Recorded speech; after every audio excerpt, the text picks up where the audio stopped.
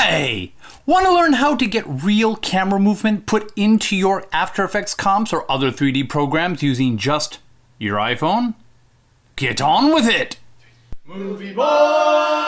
Da-da-da. Hey, Moovieboy here. Value statement, call to action, tagline. All right then, let's go. In the movie I worked on, The Remarkable Life of John Weld, we have our opening sequence. And in it, we have our actress coming up to the surface of the ocean in a life jacket all by herself. And then we want to show how alone she is by cutting to her point of view. Problem, we didn't do that. So we had to recreate it in After Effects. And using a 3D ocean as well. And I suppose I could have gone out into the ocean, you know, in the middle of the night, past the waves and shot it myself. And but no, let's do this all in After Effects, shall we? The thing to explain here is that yes, you can find handheld movement from different stock companies. I think the editor on Deadpool actually has a site, Deadpool handheld camera presets that you can download on your own for free. Premiere Pro, and they even have them now for Vegas Pro. So look at that. Oh, look at this, and now also for After Effects. Look at these guys. All this stuff. Here's another one on Premium Beat that I actually like because it introduces some really good stuff. Download 15 free camera shake presets for different, lens lengths, different levels of movement, all from Premium Beat. Handheld stuff right there you can just download for any of your programs. So we're done. Bye! Okay, no. These are great. These are helpful. I have used these in my own projects, but they are limited. This is just simply taking a shot that's really kind of in one place and adding a little bit of handheld. Some of these will add a little bit of a zoom or whatnot, but it's still not really built to introduce real 3D movement in your shot. I needed that camera to be as if the human was already bobbing a little bit on the ocean while quickly going from one end to the other. A very big and timed movement. These downloads are not going to help that at all. I have tried to keyframe natural movement and it always comes out ridiculous. It comes out robotic, it comes out very not fluid. I will show you an earlier version of this and it's just oh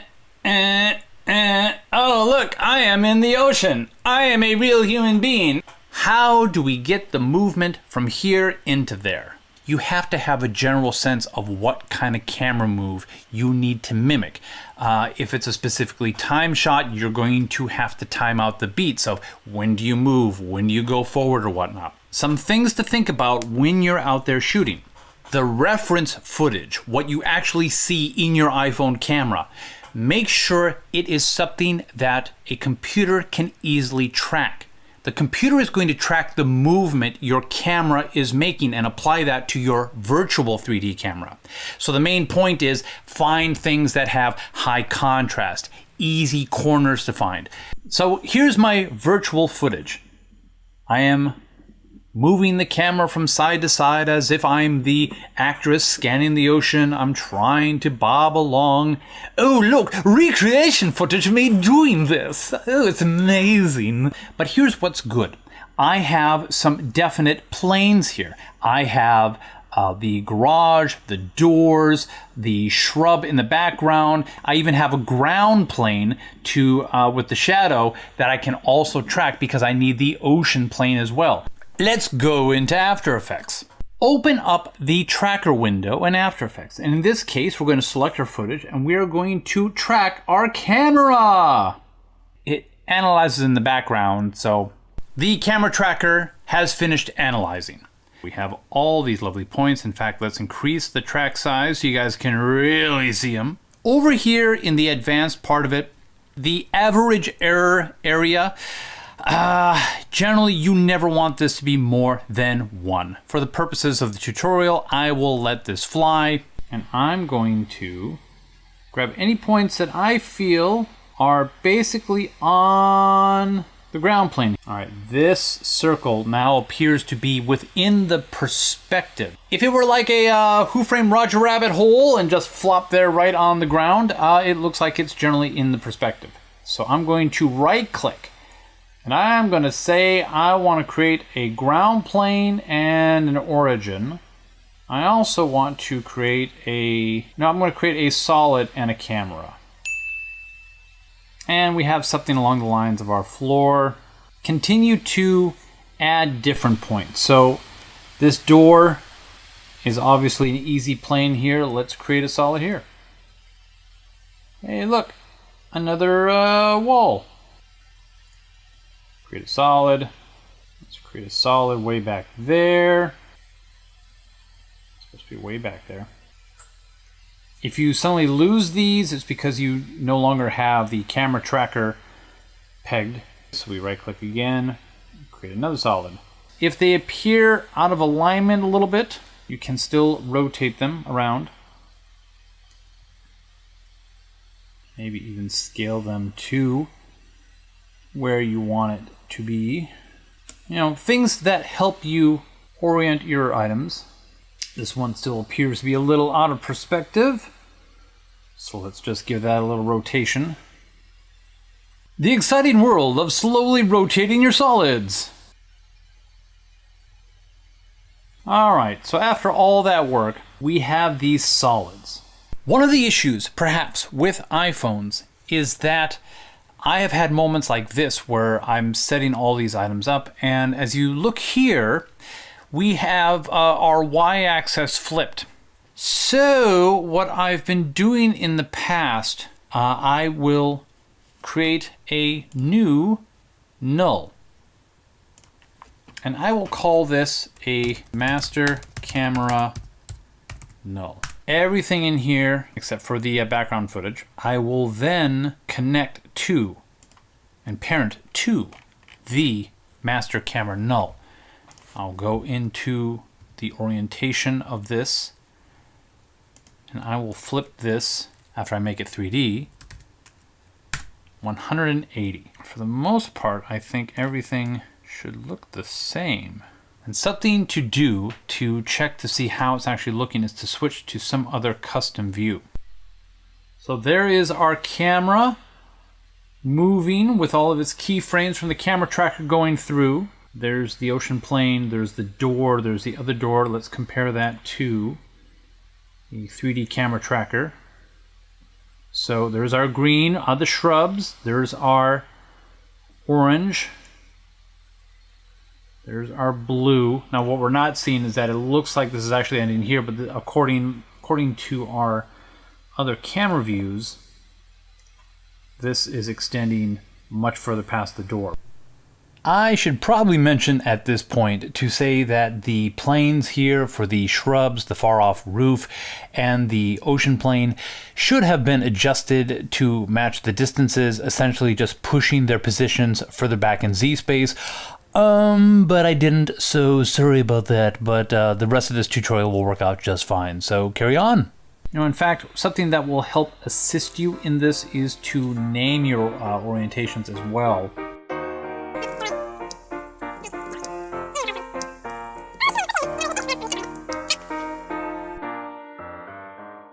Now, we use these placeholders as things to bring in real 3D elements. Instead of just trying to keep explaining it, let's actually show it in action. We are going to create a new solid. So I hit Command Y or Control Y on the PC. I'm going to bring in a 3D model for this, so I'm just going to call this 3D model. Make sure it's of the comp size and hit OK. We are going to go, and in this case, I'm going to introduce my 3D model using a 3D element, which is an add-on for those of you who are unaware of it. It's from Andrew Kramer. It is inexpensive. There it is, from Video Copilot, Element. Okay, so now we need to open up 3D Element. And I'm just going to use a model pack here. I'm going back and forth between the chessboard and the billboard. Look at that. It's a lovely billboard. So I've just simply brought this in. It's on layer 1. It's a billboard. We don't really need much more than that right now. Let's hit OK. Okay, so we have this tiny, tiny billboard. I want to create a null for the position and scale of this. I don't want to be sitting in here going through. So let's go down to the utilities. Here we go. And we're going to create a group null. And usually that'll put that at the top. So let's just call this our billboard null. Orientation, scale here. Let's say we want our billboard to be roughly in the place where this door is. How do we quickly take an object, whether we brought in a 2D plane, anything that has the 3 axes, how do we get this to easily match the other one without doing a lot of copy and paste and whatnot? Here is how you do it. You want to pick whip or simply parent this to the null. Now, since we've named these, now we know which one we're going for. We want to track this to the right door. Now look what happens here to the position. It suddenly switches to all these numbers instead. Now, if you want this billboard null, which is attached to the billboard, if you want this to now suddenly jump to the exact position that you have this door, all you have to do is 0 them out. 0, 0, 0. Now, in this case, it went to the anchor point, which I guess is the upper corner right here. So we still have to make a few adjustments. Let's also change our scale here. Make this billboard a little larger. Now we can definitely see our rotation is off. I don't think this is going to accomplish the same thing if we zero out the rotations, but you know, I'll give it a shot. Well, what do you know? It actually kind of did. Now, of course, it's oriented slightly wrong, but look at this. Now we just need to change the Y rotation. Oh, kind of a weird little glitchy thing it did there, I think. And now let's change its position down to...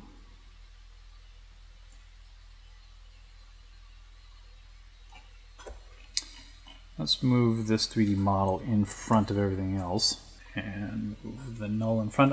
This is just my own personal preference. The 3D model was moved forward, so it's not being hidden behind these things here. And we've brought this down to our ground plane, and let's scale this up even more. And for the fun of it, let's also just introduce a fake sky plane just to have something there.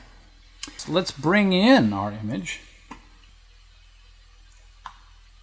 Oh, and brought in as composition. Well, I don't need that, but I can just do a simple copy.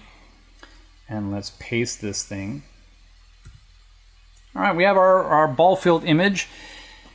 Again, we need to make this 3D. And this time we are going to track it to this far null, which, to be honest, let's, before we do that, this null should technically be further away, and that's okay. Let's track this to our far roof, and let's do the same thing. Oh, yep, and let's bring up rotation too. So let's zero all these out. 0, 0, 0, 0, 0, 0. And look at that, way off. But as you can see, it's really not that far off in the distance. So let's push this thing away on the Z-axis a lot. 25. And let's scale it up. We need this to be on the backmost layer. Let's turn off our movie. I want to make, I don't want to just skip over a whole bunch of this and say, hey. So let's change our orientation to a little bit here on the Z-axis, I guess. Yep. And we're going to scale this puppy even more. And let's move our positioning actually a little bit on the... If you hold on the Shift key when you do this, you get much greater movements here. Now this actually is faking a little bit, because obviously this is just a flat plane. The ground plane is not actually going to work the right way, but here's the deal. We've brought in these items and we've tracked them, attached them to these various pieces. Let's turn off the visibility for these other pieces. And let's just do a real quick render. I got a feeling this is going to look a little goofy. This obviously is a little faked, like I said, because that's not a real ground plane there. But look what we've got here. We've got a simple sky. We've got a 3D billboard brought in. We have my bobbing and weaving and pivoting camera movement emulated now in a 3D space. And if I were to have tried to keyframe all this turning and bobbing and stuff like that, I think I would have gotten a much more inferior result. Okay, so this is our sample. Let's show you what I actually did for the final product for the movie. This is that original footage, and these are all the planes that I had introduced. So we have our ocean, we have the shrubs again, the various windows and doors, and the piece far back here,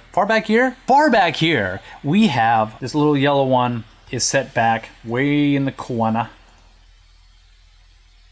Let's see, where is that one? See, that's way back here. Look, it is way back here to represent a very far plane, because when I brought in my virtual sky, it obviously had to have the correct parallax of the nearby ocean, the fog. I have a flashlight that's part way out, and then the sky way in the back. So I had pushed this tracked solid far into the background. I brought in a horizon. I have this 3D ocean. This ocean was built inside of Blender. I used the ocean modifier. So that is actually an object sequence. It has multiple frames, and then just repeated it a few times. But there's 222 frames, long enough for this shot, of the ocean undulating and waving. So that gets brought in. There is my ocean. I have some lights on it. A point light, a spotlight. So there's a lot of plates here that are working with different atmospheres. You can see here, these were set to track mats, these Z-depth maps. Let me open this one up. So I had these various atmospheres that were brought in. They have, you can see one here, this is a flat plane that was attached to one of those solids that I had tracked. And that way I knew it was relatively sure where it was sitting in my 3D space. And then it also has a linear inverted mat to this here so that it dissolves correctly into our ocean. And I have this a couple times. I've got some wisps that are attached here as a 3D plane. This flashlight pre-comp is something done for a distant, there's a lifeboat that is at the beginning of the film a little out of sight, and she's moving around so much anyway, we wanted her to miss, but if you pay attention, you'll see this off in the background. This, again, was brought in as a pre-comp so that it's a flat plane, brought in. Let's see. And yeah, you can see it showing up right here, that beam just off in the distance.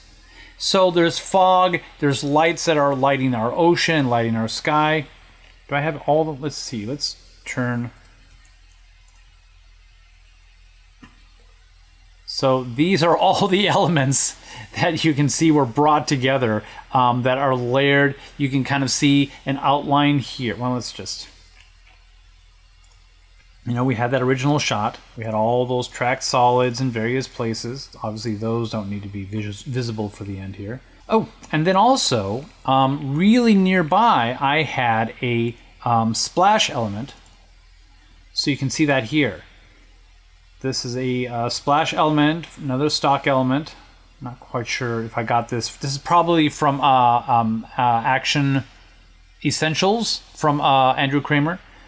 But I took a bit of that splash. Let's see. And again, brought that in as a 2D plane. In this case, set the plane really close. And what was nice about that is that added touch of realistic water really close, as our actress is, you know, this is her point of view, so she's splashing around. That added an extra touch. And now pause as it autosaves again. Sippy sippy. This shot has a 3D ocean model. It has 2D planes of fog with track mats to help, bring it into the shot. It has the flashlight, it has a horizon. But if it wasn't for that original garage, shooting in front of my garage and getting that camera movement, this would have looked really bad. So here's our final shot. And it's just simply a quick shot just to show that she is out in the middle of nowhere. So we've got our ocean, we've got her splashing around in the foreground. You can barely make out the flashlight right about there, showing up way in the background, and we've got various fog and mist coming off of there. That is how we created an actual shot for a final movie using just our iPhone to create our camera movement. Ta-da! Now for my one from the vaults, and in this case I actually did dig into the vaults to bring these out. I have a bit of an interesting one.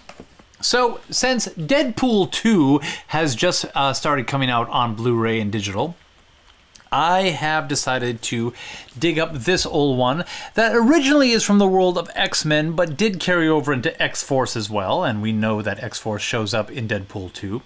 But this is a character I doubt will ever see the light of day. This is Mojo. Mojo actually comes from an offshoot character by the name of Longshot, and Mojo was just one of my favorite villains in the X-Men universe, just kind of a twisted TV producer kind of thing. So I have no idea these days what, if anything, he's even worth to whatnot. But if you are collecting something just to get rich, I think you are going to have some disappointing moments. So I have him because I love this character.